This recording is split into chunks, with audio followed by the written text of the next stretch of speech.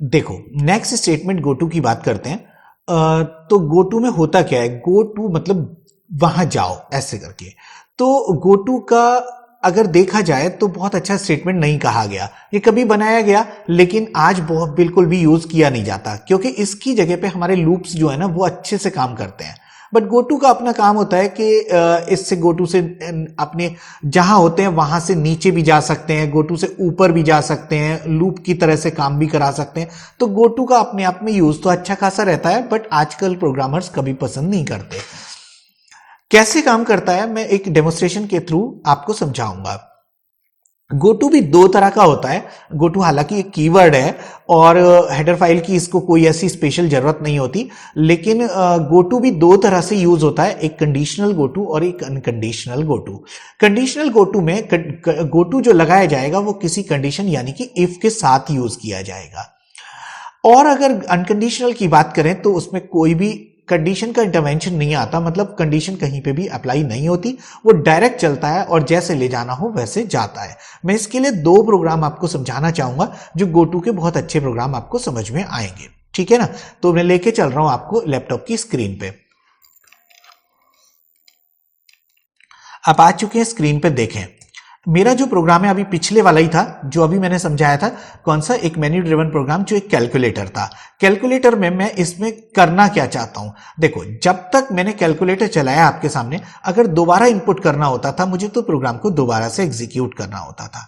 अगर इस काम को मैं चाहूं कि दोबारा से एग्जीक्यूट ना करूं, वहीं पे यूजर की चॉइस के ऊपर डाल दूं कि यूजर एक काम करे, जब तक यस करता रहे मैं तब तक उसे चलवाता रहूं, तो ऐसे केस में मुझे क्या करना होता है कि गोटू का अच्छा खासा यूज किया जा सकता है। हालांकि अपना इसका रिप्लेसमेंट डू वाइल भी होता है, क्योंकि एक बार चलाने के बाद क्या होता है कि यूजर से पूछता है और पूछने के बाद वो ऊपर चला जाता है। ये मैंने आपको अच्छे से समझाया भी था।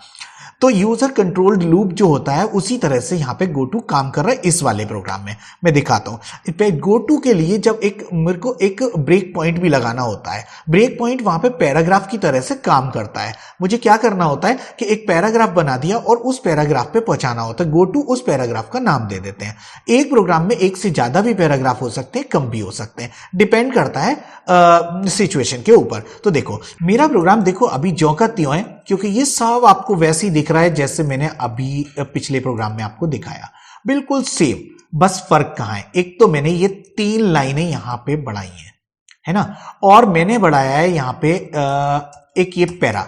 देखो ये मेरा एक लेबलिंग होता है। लेबल मतलब किसी को लेबल दे दो तो वो क्या होगा कि गो टू दैट लेबल ऐसे करके करते हैं। देखो यहां पे मैंने लेबल का नाम दे दिया है पैरा, और पैरा की जगह आप कुछ भी लिखें, आपकी मर्जी होगी। मैंने पैराग्राफ कर दिया इसलिए पैरा इसका नाम दे दिया, ठीक है। अब देखो जब ये प्रोग्राम चलेगा तो क्या होगा, रिजल्ट देने के बाद पूछेगा डू यू वांट मोर, और हम अगर यस प्रेस करते हैं वाई मतलब, तो वाई प्रेस करने पे वो मैच करेगा इफ ch की वैल्यू स्मॉल वाई और कैपिटल वाई।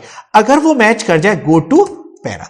अब ये यहां से क्या करेगा, सीधा ऊपर जाता है। बस यही मेरे को समझाना था कि गो टू पैरा मतलब go to on that para, तो सीधा वहां जाएगा और जाके इसको दोबारा से चलाएगा।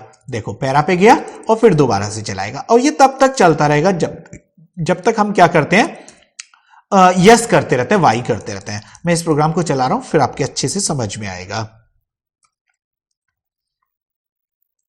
मैंने यहां पे 1 प्रेस किया और 55 और 44 99 आ गया, बिल्कुल ठीक। अब उसने कहा डू यू वांट मोर, देखो ये एक्स्ट्रा है जो अभी बात चल रही है। वाई प्रेस किया, प्रेस करते इसने दोबारा से मेन्यू दिया, यानी कि मुझे प्रोग्राम को दोबारा एग्जीक्यूट नहीं करना पड़ा, तो गो टू का अपने आप में यूज हुआ। अगर मैं इस समय पे चॉइस डालता हूं 4 और मैंने कहा क्या करो, 2 नंबर मांगेंगे 5 6 एंड 5 6 5 30, तो देखो आउटपुट आ गया 30। अगर मैं फिर से यस प्रेस करता हूं, यूजर के ऊपर डिपेंडेंट हो गया और चॉइस होगी 2 और 55 में से 22 घटाया कितना है 33। अब नो अगर मैं प्रेस करता हूं तो देखो ये बाहर हो गया। मेरी बात आपको अच्छे से समझ में आ गई होगी। इसमें क्या था, गोटू किस तरह से, तो ये गोटू गया था ऊपर की साइड। जब ऊपर जाता है तो मैंने दिखा दिया, ऊपर भी जाता है, और ये था कंडीशनल गोटू। क्यों, देखो मैंने एक कंडीशन के अंदर गोटू रखा है। जब कंडीशन के अंदर होता है तो ये कहलाता है कंडीशनल गोटू। अब एक अनकंडीशनल और कंडीशनल का मिक्सिंग दिखाता हूं मैं कैसे होता है। ये वाला जो प्रोग्राम है ये आपको बहुत अच्छे से क्लियर कर देगा सारी चीजें। देखो, सबसे पहली बात यह है कि इवन ऑड का बहुत सिंपल सा प्रोग्राम है, जिसमें आप क्या करते, अगर इवन एक नंबर इनपुट करते और if number is divided by 2 remainder is 0, तो रिमाइंडर के 0 आते ही प्रिंट करते प्रिंट एफ इवन।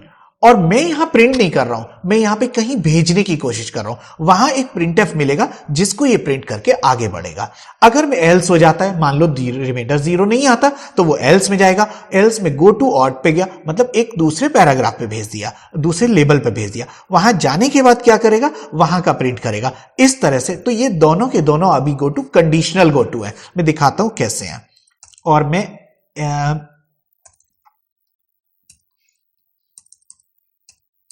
देखो, अभी इस समय पे अगर इस प्रोग्राम को चलाऊंगा तो देखो, पहले तो समझो 2 नंबर लिए, वो एक नंबर लिया और नंबर लेने के बाद क्या किया, नंबर को डिवाइड किया, और डिवाइड होने के बाद अगर रिमाइंडर 0 आता है तो गो टू ईवी। ईवी कहां है, ईवी मतलब मैंने पैराग्राफ का नाम लिख दिया। मैंने कहा था ना कि कोई भी नाम लिखा जा सकता है।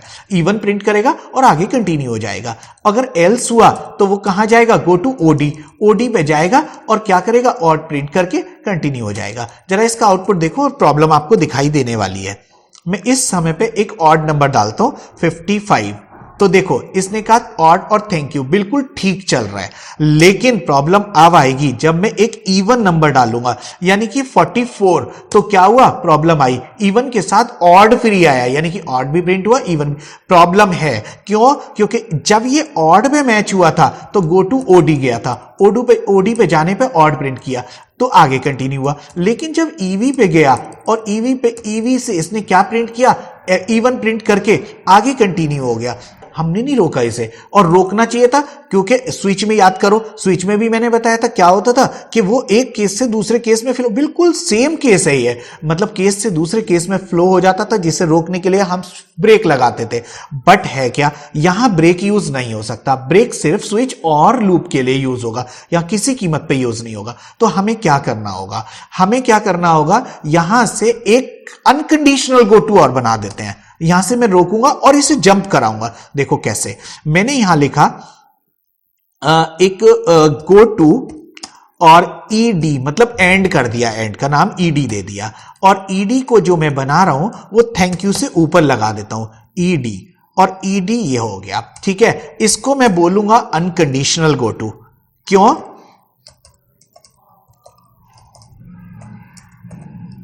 देखो मैं इसको बोलूंगा अनकंडीशनल गो टू, क्यों, क्योंकि मैंने यहां पे कोई कंडीशन ही नहीं लगा रखी। अब इवन पे आएगा और सीधा ईडी पे जाएगा, और ईडी पे उसे थैंक यू मिलेगा। अगर ओडी पे आएगा और प्रिंट करेगा और सीधा थैंक यू मिलेगा। सीधी सी बात है। मेरा कहने का मतलब यह हुआ कि ये जो है कंटिन्यूएशन जो हो रहा था वो मैंने तोड़ दिया। बस देखो इसको कैसे चलाते हैं, और आउटपुट से आपको बिल्कुल क्लियर। मैंने यहां पे 55 डाला और प्रिंट करके थैंक यू बोला, और अगर मैंने यहां पे 66 डाला तो यहां पे इवन प्रिंट करके थैंक यू, यानी कि ऑड अब नहीं आया। अब आपके अच्छे से समझ में आ गया होगा कंडीशनल गो टू क्या है और अनकंडीशनल गो टू क्या है। इसकी पूरी थ्योरी आपको वेबसाइट पे मिल जाएगी। ठीक है, ये सब कुछ था। हमारे सारे स्टेटमेंट्स थे जो जंप स्टेटमेंट कहलाते थे। एक स्टेटमेंट और रह गया है जो रिटर्न है। रिटर्न को मैं फंक्शंस के साथ बताऊंगा क्योंकि यहां पे आ ही नहीं सकता वो। ये था सारे स्टेटमेंट्स के बारे में। All the best students.